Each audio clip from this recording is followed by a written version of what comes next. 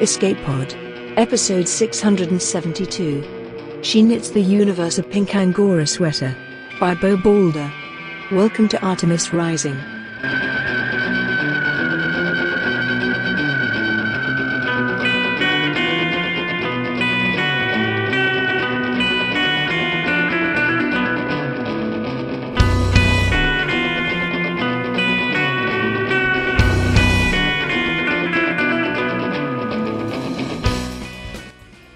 Hello and welcome to Escape Pod.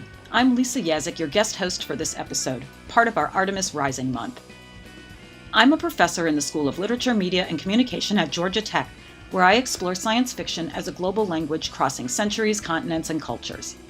My books include Sisters of Tomorrow, the First Women of Science Fiction, and The Future is Female, 25 classic science fiction stories by women. I've spoken about science fiction in the Washington Post, Food and Wine magazine, and the AMC miniseries James Cameron's Story of Science Fiction. Our story this week is She Knits the Universe a Pink Angora Sweater by Bo Balder. This is an Escape Pod original. Bo Balder lives and works close to Amsterdam. Bo is the first Dutch author to have been published in the Magazine of Fantasy and Science Fiction and Clark's World. Her fiction has also appeared in Escape Pod, Nature, and other places. Her science fiction novel, The Wand, was published by Pink Narcissus Press. She is a member of SFWA, Codex Writers, and a graduate of Viable Paradise. For more about her work, you can visit her website or find Bo on Facebook. Your narrator this week is Stephanie Malia Morris. Stephanie works in a bookstore by day and a library by night, which gives her access to more books than she can possibly read over several lifetimes. She is a recipient of the Octavia E. Butler Memorial Scholarship Award and a graduate of the 2017 Clarion West Writers' Workshop. Her short fiction has appeared or is forthcoming in Thea, Apex, and Nightmare. She has narrated short fiction for Starship Sofa, Far-Fetched Fables, Uncanny, and all 4 of the Escape Artist podcasts. Now get ready to have your world turned inside out, because it's story time. She Knits the Universe a Pink Angora Sweater by Bo Balder. Narrated by Stephanie Malia Morris.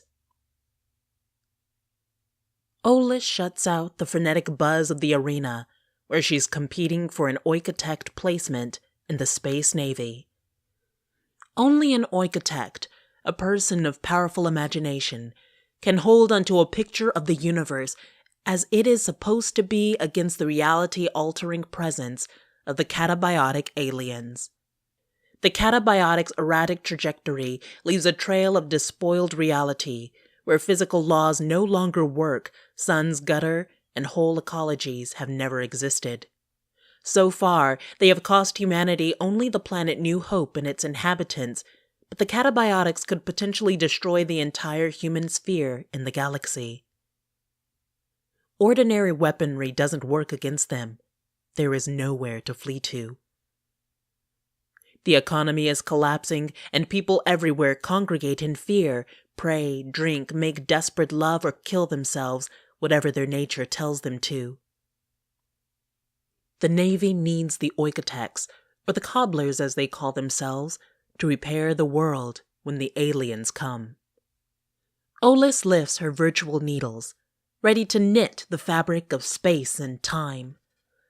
The needles glow golden against the black of space, represented on the giant screen in the battle room. In her haptic gloves, she holds an ordinary circular needle. On her table lie several kinds and thicknesses of yarn, fuzzy angoras and softest cashmeres, as well as strong linens and smooth silks. Her contender, across the semicircular battle room, is an origami artist. He holds a piece of pink rice paper, one of the many colors and kinds of paper on his prep table. She's chosen superwash merino wool in a color called Jupiter Blue for its stretchiness and smooth knitting.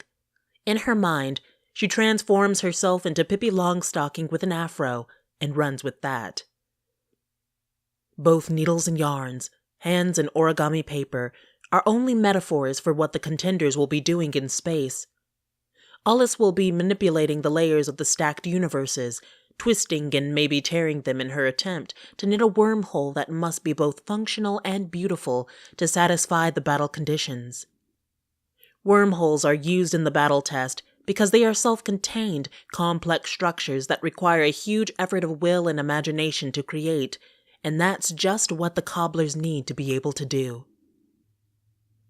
This is the first heat out here on the memorial ship. The battle tests take place here in remembrance of those who died. She casts one last look at the blasted planet New Hope below, where a tendril of alien-altered space destroyed millions of human lives and a whole ecosystem. Captain Hoshi of the good ship Termagant's Talons, who happened to observe this, had just managed to imagine herself back in normal space, but she hadn't been able to bring back billions of years of evolution and centuries of human occupation. Captain Hoshi couldn't live with the destruction of 20 million human beings and killed herself. Alice had put flowers on Hoshi's memorial earlier today. Huge masses of people will be watching all over known space. The hairs on her nape rise. They always do, just before the start signal, as if her body knows something she doesn't. The starter horn blows. Alice's needles quiver and spring into action. First, the cast on, a stretchy one. She's practiced endlessly to work with the needles only, instead of the fingers knitters normally use to support or guide the yarn. Instead, her needles create the yarn from the universe stuff itself. The screen represents it in red against the gold of her needles. There, she's got enough stitches to close the loop. She knits a ring, something the origamist can't hope to create this fast. She sneaks a quick look to see how he is doing, but as she suspected, he's still folding his pieces of paper for the ring base. Second round. This is faster because it mimics the normal act of knitting more, and she has a solid start to work with. Round after round flies from her needles, creating a rhythmic glowing tube that will make a perfect, safe, and gorgeous entrance to the wormhole. She's going to win this. Casting off already. She picks up a double cast-off like the one you use for socks, sturdy and stretchy. She's about to snip her thread when she senses a tremor through her needles. An origami bird with wings as sharp as laser beams slices through her knitting. Her ring starts to unravel. She tries to twist her needles around to stab the glowing paper bird, but its planes interact with the folds of space more efficiently than her needles, and it escapes. It doesn't matter anyway. Her knitting falls apart. The nature of knitted fabric is such that one snipped strand can cause the whole structure to unravel, and that is happening right now. She tries to pick up the drop stitches, but the unraveling is going too fast. The origami bird has cut through too many strands. She has to concede. Her hands shake with anger. Now the battle is in effect over. She allows herself to feel again, and she's furious. That asshole! Is it even legal to attack an opponent's work? If it is, it oughtn't to be. Alice lodges a complaint with the jury with one quick swipe of her elbow. She takes off the haptic gloves and turns to watch the origamist leisurely complete his edifice of folded space. It has beautiful progressions of rhombuses, intricate little wings and tucks, but it hardly matters. He's only won because he destroyed her beautiful knitted ring. She waits until he completes his construction and has bowed to the applause of the watchers and the jury. She goes up to him. "I'd congratulate you, but I think you forgot we're all in this together, idiot." The origamist shrugs and grins. He leans forward to shield his face from the ever-present cameras. "It's about fighting the enemy, and you were the enemy, so grow up, bitch." A sore winner, too. Alice turns on her heels and marches off. What an asshole. She checks the progress of her complaint. She posts to the online forums, which she'd forgotten about in the heat of the moment, and watches support for her position grow. Her fan base argues that it is an omission in the battle rules to not explicitly state that sabotaging another artist's work is illegal. Many people across the galaxy agree. Alice sits in her favorite cafe, for once without her knitting, and slurps her anti-mattuccino. Black as a Balrog's soul, it has so much caffeine. From the corner of her eye, she spies the origamist contestant, the cheating asshole, and she turns away so she won't have to see him. If she didn't have 3/4 of her coffee left to drink, she would have gotten up and left. How dare he invade her coffee place after ousting her from the competition? She knows she's done well, and could have advanced pretty far if he hadn't sabotaged her. That is just so unfair, someone she hasn't even noticed says to her. She looks up to see a slight young person with the most absurdly provincial haircut she's seen since 2391. Do they never look inside a fashion magazine? It's blue, for God's sake. Blue hasn't been the new black in like 4 years. But their eyes are kind, and they're smiling, and the blue looks great against their dark brown skin. "Thanks," she says.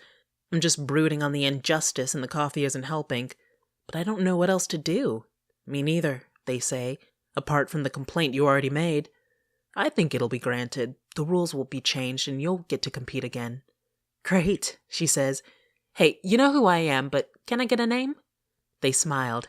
"Poor Will. Male. Poet." Alice smiles back. "Are you competing? Did you make it through your round?" "Yes and yes." She lightly taps his upper arm. "I'm so jealous. Damn." "Let me call up your game. I want to see it." "No, please. I've already analyzed it 1,000 times. No more. And anyway, poetry is really boring to look at." She spends a very enjoyable coffee, lunch, drinks, and dinner with poor Will. They say goodbye. His lips are warm and soft. His kiss tastes metallic, and the studs in his tongue, the way poets connect to the underpinnings of the universe, send little shocks to her belly. She kind of wants to drag him home by his blue hair, but it's only been hours since they met. There's a contest on. Alice calls up poor Will's heat in her hotel room, head still reeling with drink and possibilities. She tells her body to sober her up and presses run. It seems a little boring at first. Poor Will speaks in his native language. The words sound beautiful and rhythmic and make sense in the hasty translation, but nothing much seems to happen for quite a while. A vague, shimmery outline forms. It combines with the translated and spoken words in a way that sparks a physical, emotional response, as if a scarf of sadness has lightly brushed her face. It's beautiful. And as the space manipulation is spoken into visibility, more veils of emotion shiver across her skin, like a dance. Wow! No wonder he won. It's amazing stuff, and the sword dance of his opponent seems fairly mundane in comparison, though Alice appreciates the sweaty glow and mighty arms of the beautiful dancer. The military in Section A clearly favor the swordplay, but poor Will wins in spite of their support. Alice lies back on her pillows and turns the wormhole poem over in her mind, the way it made her feel. Poor Will is a great poet, and a really nice person besides, and hot, even with the old-fashioned blue hair. Alice wakes to the clamor of her inbox. So many congratulations! Has she won the appeal? She doesn't dare hope yet. A couple of 100 messages down, she finds the dryly worded email from the Ethical Jury Commission. Her appeal has been validated. She can retake her heat. Her opponent has been disqualified. For a moment or two after reading the message, she feels nothing. Then warmth surges up from her stomach and blooms through her limbs. Her fingertips tingle. She falls back and shouts something wordless and happy against the dull gray ceiling of her bed pod. She's in the race again! Today's going to be awesome. She gets dressed and breakfasted, ready to either practice a new, sturdier configuration of her knit ring, or possibly even compete again this very day. And she's definitely going to find poor Will again. The schedule on the competition website shows she doesn't have to battle again until tomorrow, which is a relief. But then again, she has all this energy now. What should she do with it? This afternoon, poor Will is having his battle against a painter. She will go and cheer him on. Even the sad specter of the ruined planet below can't dent her happy mood.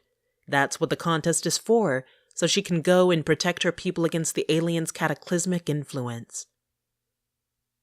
The battle stadium is full of contestants, both losers and winners. Friends as well as people she's never met before congratulate Alice on her jury appeal, and it takes her half an hour to find a coffee and a place to sit, with barely moments before the heat starts. To the right, in Section A, the military people have their assigned seats. Their serious demeanor and near-identical uniforms give weight to the contest, reminding people of the stakes. Porwell climbs onto the rostrum in his pink poet's robes.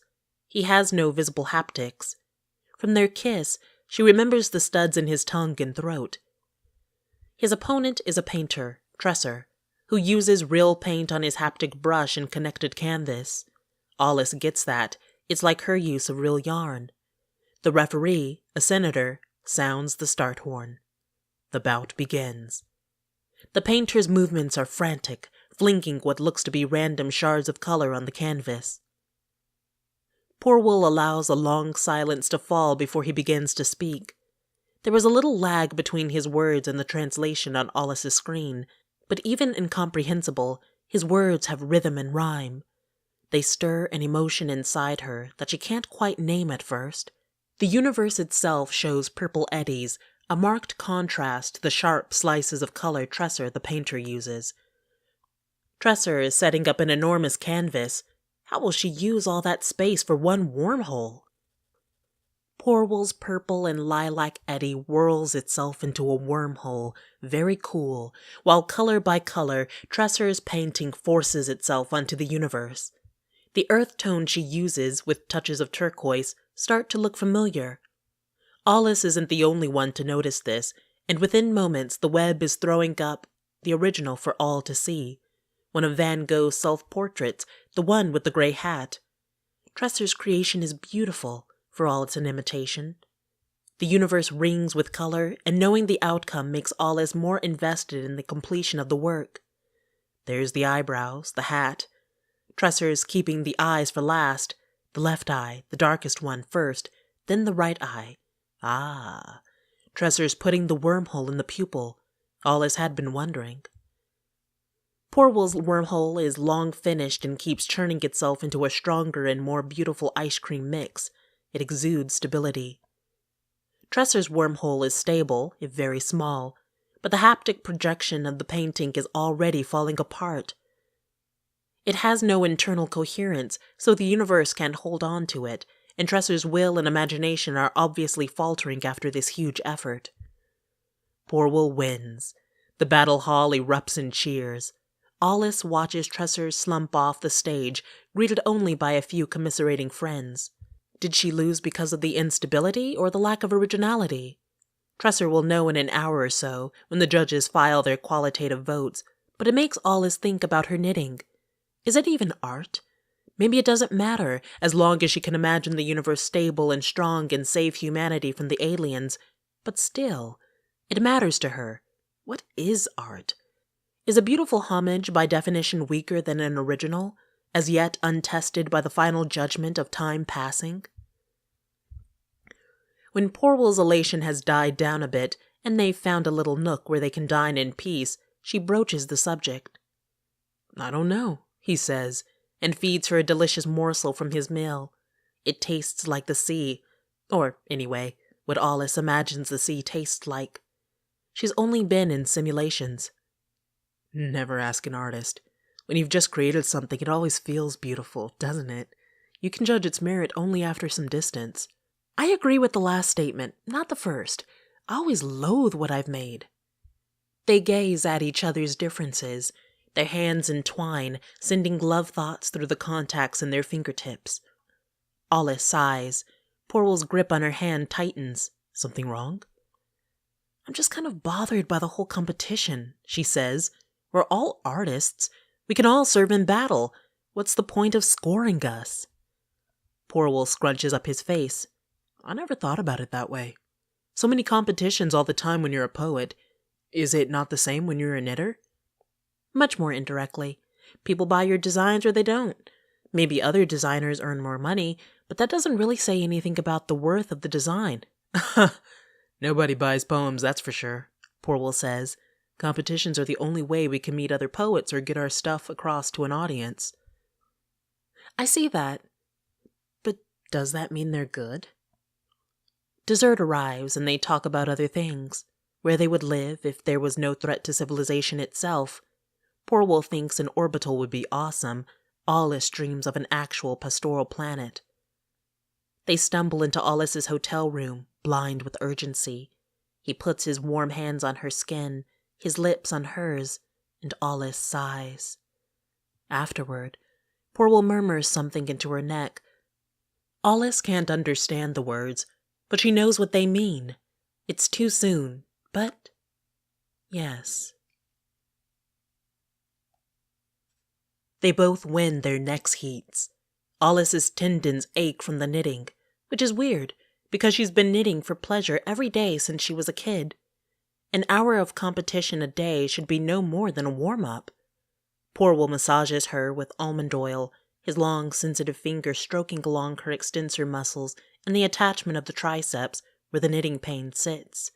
It feels like the beginning of heaven, but Alice can't stop picking at what's bothering her. Maybe it's psychological, Alice says, or maybe I should just lose my neck's heat. I hear she's a great singer. I will still end up on a battleship. Porwell says nothing but keeps on stroking.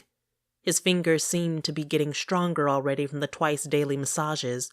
What mental muscle is she flexing with all this competition? I'm undecided, he says. Only one more heat for the last 8, right? There's honor in getting that far. The table between them seems twice as wide as before. But she really likes Porwell. She should try to explain. Why are we creative people competing against each other? That makes no sense. How can you compare knitting to poetry to sword fighting? I don't get it, Porwell says, and grabs her left hand to still its gesturing. What are you saying? Do you want out of the competition? Don't you want to serve in battle? No, I don't know. There's something in all this that's bothering me. Porwell's face is so earnest, trying so hard to understand what she means. Maybe he doesn't. It's a lonely thought. She leans forward to kiss him, to stop the loneliness. There's an official get-together for the final 8 contestants. A party for 8 people might be kind of boring, so in actuality, all contestants and their friends and family are present.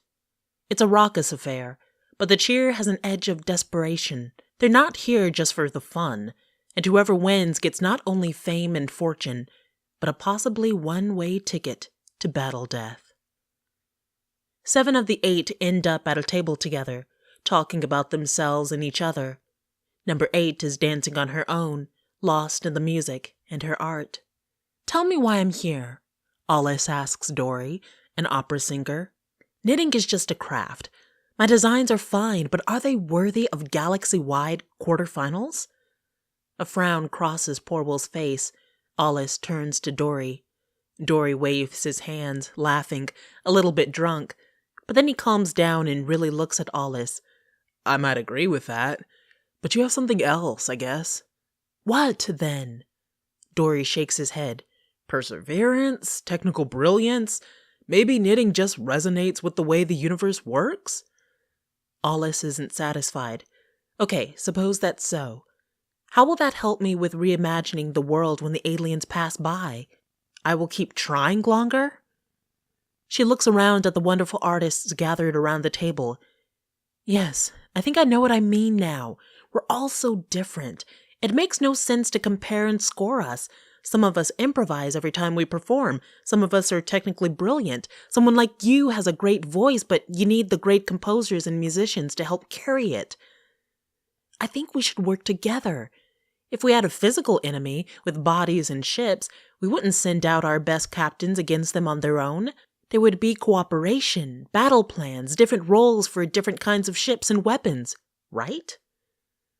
Everybody at the table is listening. Some are frowning, like Porwell, still caught up in the story of competition and excellence. Others are nodding. The division is easy to see. Both Porwell and the painter are used to working alone. The opera singer and the sword fighter know they need other people to shine. Why would we compete? Why not work together? Combine people with complementary gifts? I bet that's going to be how we will be deployed anyway, the painter says. The admirals aren't crazy, so why not enjoy the competition since we've already come so far? The moment passes. Alice drinks on. Maybe she's wrong. Maybe she just doesn't enjoy competing that much. She sleeps in Porwell's arms that night, skin on skin, breath on breath, to bridge the gulf between their thoughts. Next morning finds them all gathered for the division of the heats. Alice draws Porwell. She sees nothing of the other 4 heats, just stares at the notice board. Now what will she do? She hasn't thought beyond her feelings, hasn't planned out any course of action. Can she win from Porwell? Does she want to? It's paralyzing. She turns her head and looks into Porwell's eyes, his bare upper arm warm against hers, last night's memory still glowing between them. He's not going to pull punches. For him, winning is the most important thing. She doesn't think he's consciously thought through the possible consequences for the relationship, but she just knows in the pit of her stomach that he would choose winning anyway, whatever follows. It doesn't matter. She loves Porwell as he is, or not. It hurts her heart. Alice, wait, Porwell says. What? Good luck, he says. May the best person win. His face is scrunched up with anguish. He believes it's going to be him. Alice walls up her doubts and believes it's her, right back at him. He flushes. Alice hugs him hard, loving every bone and blue hair of him. You too. Good luck. I'm going to go prepare now. Their heat is in an hour. She should have said she loved him. It wouldn't have made any difference to him, maybe, but she should have been true to her feelings. Too late now. Alice keeps her back straight as she follows the white-clad official. Her preparation room for the quarterfinals is a deluxe separate room with a great view of the devastated planet below. It's a blotchy purple today. Does that mean anything? She almost asks the official, but he doesn't look like a person in the know.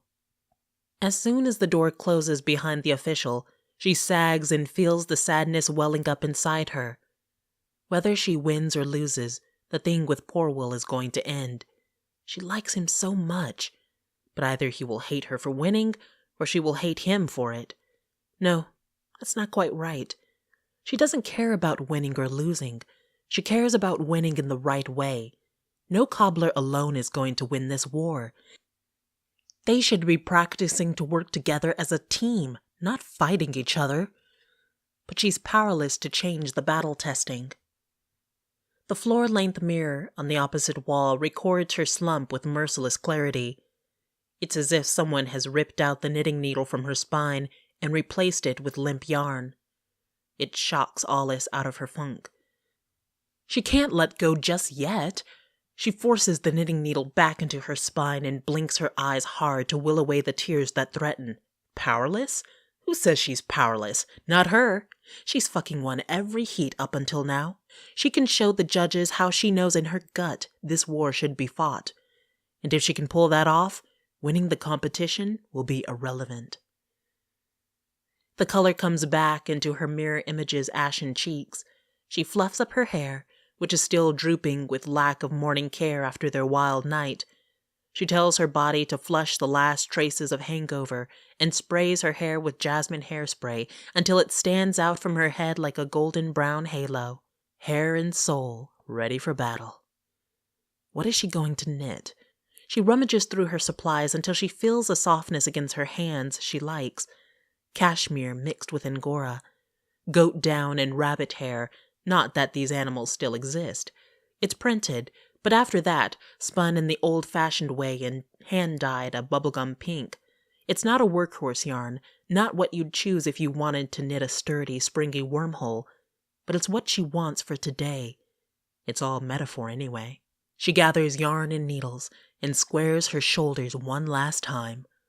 Her only regret is the plain khaki overalls she wears in deference to the space station's regulations. She would have preferred to show her true colors. The same official leads her out to the battle arena. Every step Alice takes feels deliberate and heavier than normal. She's carrying something weighty into the melee, although she doesn't yet know what. Section A is empty today. Where are all the military people? You'd think they'd attend the final heats. Alice doesn't look at Porwell across the battle stage, although she senses him looking at her. It's time to concentrate on herself and her craft. The start signal sounds. Alice lifts her hands and starts knitting. She's not thinking about wormholes and structural stability at all, just lets her hands choose what to knit and where to go. She's half surprised when she turns out something like a cloud, voluminous but weightless, large but soft-edged. She doesn't pierce space with her needles, but coaxes it to fold and ruffle and bloom. It's definitely not becoming a wormhole, more like a fuzzy pink blanket for humanity to hide under. The end signal sounds. Already? She looks at the score. Yeah, she's lost. No big surprise there. She starts to turn to Porwell, her hands still in the haptic gloves, ready to congratulate him. But Porwell isn't there. Nor is the battle room. She's in light-filled cavern waving with fronds of seaweed, billowing with purple scent tendrils. She can't breathe. She moans in fear with her mouth shut. The moans travel out from her as crystalline waveforms, shattering and harming the waving fronds. People, no, schools of hungry sharks, no, shattered coral, no, clouds of dust, have stopped staring at what happens on stage. They can no longer perform the duties of an audience. The catabiotics have come. Their presence is destabilizing and altering the very nature of the universe down to every basic constant. Languidly, human cells forget what they are meant to do, neurons falter, lungs stop breathing. Molecules and atoms fall apart, stars stop their fusion, gravity no longer holds anyone down, the center cannot hold. The person who is Alice unravels like a worn sweater, one stitch at a time, with only fear remaining. Where is her knitted blanket? She smells disharmonic lavender explosions, hears chartreuse screaming, feels nettles stinging her tongue. She doesn't dare look down at her own body to find out how it has changed. There is no time. She needs the blanket. From somewhere she gathers the pink blanket back into visibility and deploys it to shield the waving seaweeds from the alien's Gorgon stare. Not enough. Stars dance in front of her eyes as she wills herself closer to the brown seaweed. The brown becomes lilac and smells like rotten eggs. She touches it with her writhing tentacles and forces Porwell back into existence. "Team up!" she shouts at him and watches him turn blue and pixelated. Has she killed him? No. He's growing out of one of his fronds, spaghetti style, to reach out to that pink dust cloud over there. Alice recognizes Dory. She doesn't know how. She needs to breathe. What was oxygen like again? She closes her eyes, not stopping to check if she still has any, and imagines pure, fresh mountain air streaming into her nostrils, reviving and invigorating her. The known universe has to come back. She can force it to do her will, if only she keeps observing the building blocks it exists of. As long as she remembers them vividly enough, they will be there. Again, or not again, it doesn't matter. She pulls the tattered sweater of her brain tightly about herself. She can make sound again. She has ears. Her nose smells green petrichor. "Dory! Porwell! The aliens are here! We have to imagine the world back. All of us together!" The pink blanket, her own shield wall of fluff to protect humanity, weaves around the finalists. They're all here now. They have to be. They hold hands. Alice wills them to have hands. One by one, they shiver back into something resembling their original shapes. Close enough. She checks out the audience. There are beings seated on the chair-alikes that somewhat resemble human beings. They need a bit more work. "All together now," Alice says. "There is still gravity, air, love, humanity, trees, just like always. They have always existed. Evolution as we know it has happened, resulting in us." He doesn't know if he says it out loud, but something happens. He can wiggle his toes again. Gravity. He breathes. His hands have 5 fingers, large, awkward hands, hard to crochet with. He flexes his ears that people have always made fun of. What did Dory look like before? Not purple. Porwell's long blonde hair waves in a sudden breeze. Porwell is even more beautiful than before. It doesn't matter. They are human. Close enough. Together, the 8 Oikotex cobble the world back together as best as they can remember.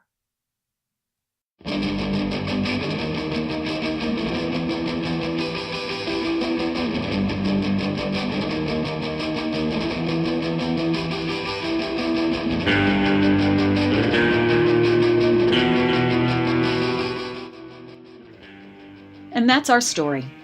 The author has this to say, quote, "I'm an avid knitter and knitwear designer myself, so I really enjoyed using that craft in a story," end quote.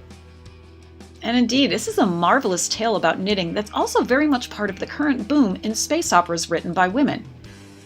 Now, as many of our listeners probably know, women have always been central to the writing of the space opera.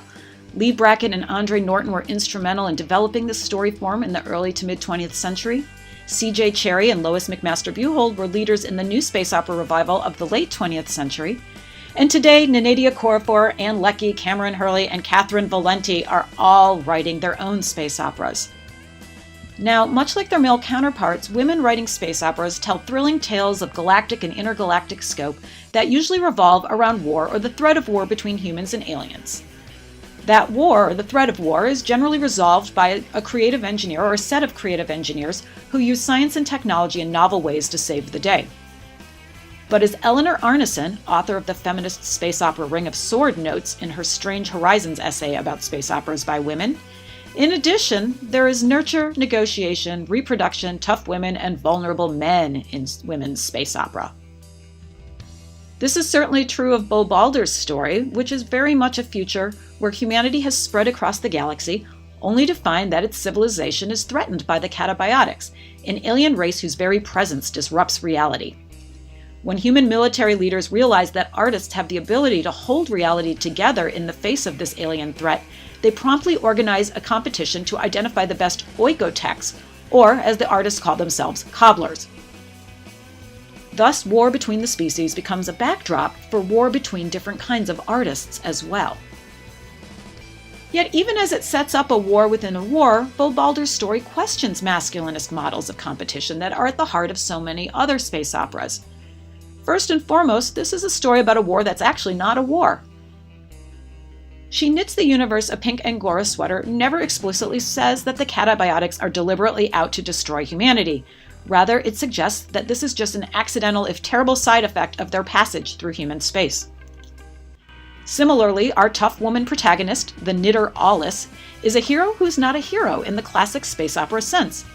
Even as she successfully rises through the ranks of competing artists, Alice cannot maintain the kind of self-contained, rugged, isolated individualism that we associate with classic heroes like Flash Gordon or Luke Skywalker. Instead, she's enmeshed in webs of connections with her fans and competitors alike, even going as far as to fall in love with Porwell the poet, an unfashionably blue-haired gentleman who nurtures Alice with kisses and hand massages. Moreover, as Alice points out repeatedly to anyone who will listen, the military decision to set up a competition between artists itself is absurd when the military could simply train all the artists to work together as a team, thereby mobilizing everyone's strengths. And in the end, she's right. When the Catabiotics pass by the planet where they are competing, Alice saves the day, but not alone. Rather, as her reality begins to disintegrate around her, she calls on the other artists to team up and to help her reimagine the universe. And it succeeds. This emphasis on female strength and the feminine principle of connecting and nurturing is anticipated in the title of the story itself. She knits the universe a pink Angora sweater.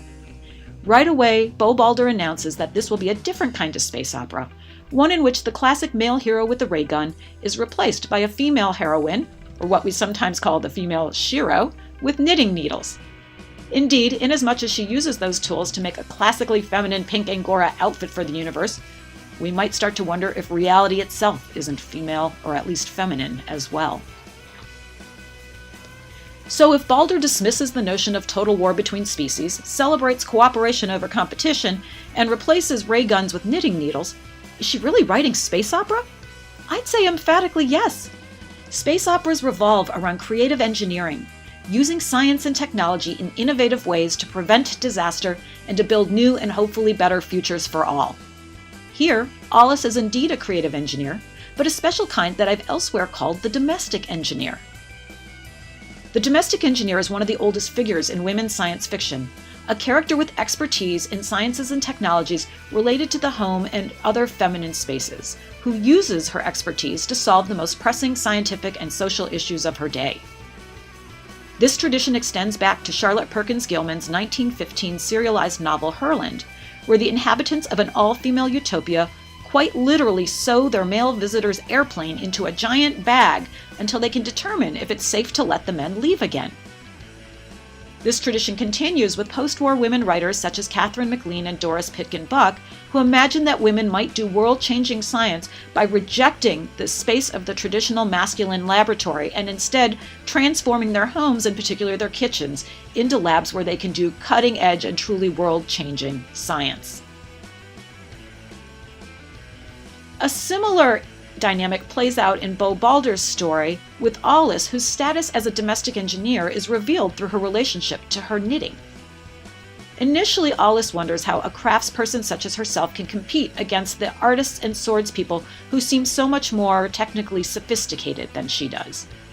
The answer is revealed through the long descriptions of her relation to her craft, and especially in the final battle sequences. Alice is indeed worthy to be amongst the other artists and is a heroic creative engineer precisely because she has such a deep technical understanding of yarn and its properties, but she's also imaginative enough to deploy her knitting in unorthodox ways.